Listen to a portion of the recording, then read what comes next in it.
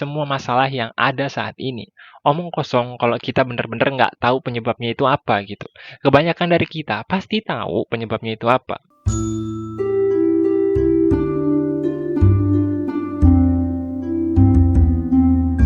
Sebagian besar dari kita mungkin ya setuju lah ya kalau kita lihat dunia kita yang sekarang ini.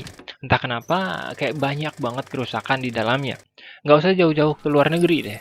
Di negara kita sendiri aja, kita udah bisa lihat betapa berantakan dan chaosnya kehidupan manusia. Entah itu dari sektor pemerintahannya, sektor pendidikan, kesehatan, kebudayaan, alam, kemanusiaan, dan masih banyak lagi. Saking banyaknya, kita sampai bingung sendiri gitu. Nggak tahu harus nyalahin siapa. Nggak tahu penyebabnya apa, dan cuman bisa asal tunjuk seseorang yang kita anggap bertanggung jawab atas kerusakan yang ada. Entah itu nunjuk presiden dan nunjuk pemerintahan, atau nunjuk instansi tertentu kayak kepolisian, atau nunjuk-nunjuk sesama masyarakat kita sendiri dengan sebutan SDM rendah dan lain-lain. Tapi di luar semua itu, di luar semua kerusakan dan masalah yang bikin overwhelming itu, dunia justru kadang ya kelihatan kayak baik-baik aja. Dimana kita kerja, ya kerja aja gitu. Belanja ya belanja gitu ke pasar. Makan ya makan di warung atau dibungkus. Dan orang-orang pun ya sibuk dengan aktivitasnya masing-masing. Kayak nggak terjadi apapun gitu. Kayak nggak terjadi apa-apa. Soalnya manusia terpaksa atau bahkan mungkin sudah terbiasa dengan kerusakan yang ada itu. Dimana mereka yang kritik pemerintahan pun mungkin masih kerja di pemerintahan. Atau mereka yang ngata-ngatain orang sebagai SDM rendah pun faktanya masih butuh keberadaan orang lain. Mereka yang ngata-ngatain kapitalis rakus pun akhirnya mengkonsumsi atau menggunakan produk dari para kapitalis itu. Atau bahkan bekerja di dalam sistem kapitalis itu sendiri. Mereka yang kita kata-katain dengan sebutan korban FYP TikTok atau mereka yang korban tren TikTok dan lain-lain pun melanjutkan hidup mereka masing-masing gitu. Kita pun sama aja melanjutkan hidup kita masing-masing. Jadi seolah kita hidup di dalam sistem yang aneh di mana kita bersikap ya biasa aja gitu seolah nggak terjadi apa-apa ketika pada faktanya kita menjadi bagian dari masyarakat yang rusak gitu. Namun ketika kerusakan tersebut terlalu narik perhatian nih atau jadi bahan perbincangan banyak orang, barulah kita ramai-ramai mengomentari dan menghujat orang itu. Jadi, ya gimana ya? Seolah kita gagal lihat gambaran yang lebih besar, kalau faktanya masalah yang begitu banyaknya yang numpuk di hadapan mata kita itu adalah produk dari masyarakat kita itu sendiri. Nggak usah jauh-jauh deh, anggaplah pemerintahan yang kita anggap rusak dengan beragam jenis program dan beragam jenis tindakan yang mereka lakukan gitu. Entah itu pemerintahan pusat maupun pemerintahan daerah. Kita mencaci maki dan ngasih pandangan negatif pada pemerintahan tersebut. Yang padahal kita sendiri yang memilih mereka gitu aja gitu. Kita sendiri yang menyuburkan dan memudayakan politik uang. Dan kita sendiri yang membiasakan diri kita buat hidup dalam kebiasaan suap menyuap, korupsi, catut mencatut, tipu menipu, nyari ujung dengan istilah uang capek dan lain-lain lah pokoknya. Semua itu diakuin ataupun enggak merupakan bagian dalam kehidupan kita sehari-hari. Jadi ya wajar aja kalau pemerintahannya juga ya kayak gitu orang masyarakatnya juga kayak gitu.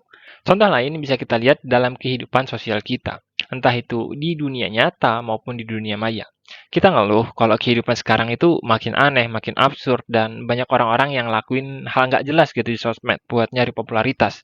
Banyak anak muda terjebak dalam kebiasaan atau tren-tren yang buruk, dan masih banyak lagi pandangan negatif yang kita kasih ke masyarakat kita. Padahal, tanpa sadar, yang membudayakan dan membiasakan hal itu, ya diri kita sendiri gitu sebagai masyarakat. Khususnya dalam ketidaktahuan dan ketidakpedulian kita gitu. Jadi kita sendiri yang bikin rame, kita sendiri yang tepuk tangan atau sorak-sorai untuk mereka supaya mereka terkenal. Tapi begitu mereka cukup terkenal atau cukup menarik banyak perhatian, justru kita mengatakan bahwa hal tersebut adalah sesuatu yang buruk gitu. Kan aneh. Jadi ya semua masalah yang ada saat ini omong kosong kalau kita bener-bener nggak tahu penyebabnya itu apa gitu. Kebanyakan dari kita pasti tahu penyebabnya itu apa. Tapi kebanyakan dari kita juga punya hidup yang harus terlebih dahulu diprioritaskan.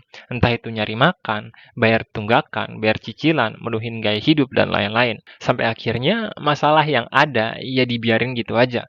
Paling mentok cuma jadi bahan gosip atau perdebatan di sosial media, nggak lebih daripada itu. Kita bener-bener nunggu masalah baru yang bisa kita kupas nanti menelitinya atau bisa kita kritisi abis-abisan. Seolah-olah kita adalah para ahli dan pemikir besar buat nutupin sebuah fakta kalau sebenarnya kehidupan kita udah terlanjur sangat amat berantakan dan kita punya banyak banget masalah luar biasa besar yang kita nggak tahu harus ngapain dengan masalah itu gitu. Akhirnya ya kita milih buat ngomongin masalah yang lebih baru, buat menipu diri kita sendiri sebagai masyarakat dengan beranggapan bahwa kita masih peduli dengan masalah yang ada. Padahal kita udah bener-bener terpanggang gitu dengan keadaan yang ada.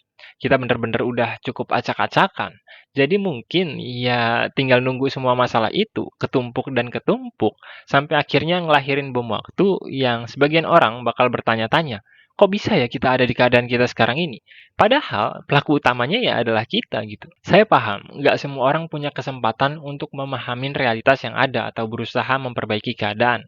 Entah karena kesibukan yang kita bahas sebelumnya tadi gitu, karena tuntutan kehidupan dia untuk bekerja dan lain-lain. Dan saya juga paham, nggak semua orang itu udah nggak peduli sama sekali sama kenyataan yang ada.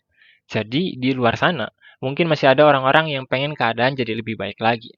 Tapi mereka juga ya kebawa arus peradaban yang bikin diri mereka nggak bisa ngelakuin apa-apa. Jadi ya, mungkin kerusakan yang dilakuin sama masyarakat kita itu terjadi bukan karena mayoritas masyarakat kita itu jahat. Tapi karena kebanyakan masyarakat kita itu mungkin nggak peduli ya, atau mungkin karena masyarakat kita itu polos atau kepekaannya terhadap realitas itu sangat amat minim, yang akhirnya bikin kemampuannya untuk berpikir kritis itu terganggu gitu. Jadi ya itulah yang bikin mereka kebawa arus gitu dan jadi bagian dari terciptanya masalah demi masalah yang ada. Bahasa gampangnya, mereka mirip orang yang sedang dihipnotis.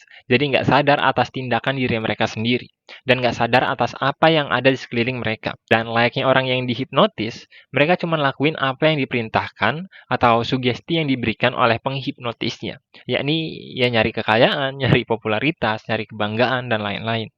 Pertanyaannya, siapa yang menghipnotis mereka? Well, jawabannya ya diri mereka sendiri dengan membentuk sistem kehidupan yang kita jalanin sekarang ini. Di mana kita cuma menghargai orang kaya dan kita memberi perhatian lebih pada orang-orang yang dianggap populer gitu. Kita sangat mendewa-dewakan uang sebagai alat untuk mengendalikan kenyataan. Jadi, dengan sugesti itu, kita menghipnotis diri kita sendiri pada sebuah kesadaran bahwa yang paling penting dalam kehidupan itu ya sugesti itu. Jadi, gimana jalan keluarnya? Gimana cara kita sedikit demi sedikit menyadari dan berusaha mengatasi masalah yang kita punya? Well, pertama adalah dengan berusaha menyadarkan dan mengedukasi orang-orang yang terhipnotis itu. Hingga pada akhirnya, mayoritas masyarakat punya kepekaan kolektif terhadap situasi yang ada dan bersama-sama berusaha memperbaiki kehidupan sosial kita. Tapi entah kenapa untuk sekarang jalan itu terkesan sangat amat mustahil gitu dan lebih mirip dongeng utopia dari buku-buku fantasi atau film-film fiksi ilmiah. Karena masyarakat kita sendiri nggak suka sama yang namanya edukasi itu gitu. Kebanyakan dari kita itu nggak mau hidupnya diatur dan nggak mau dikasih tahu kalau dirinya mereka itu salah gitu.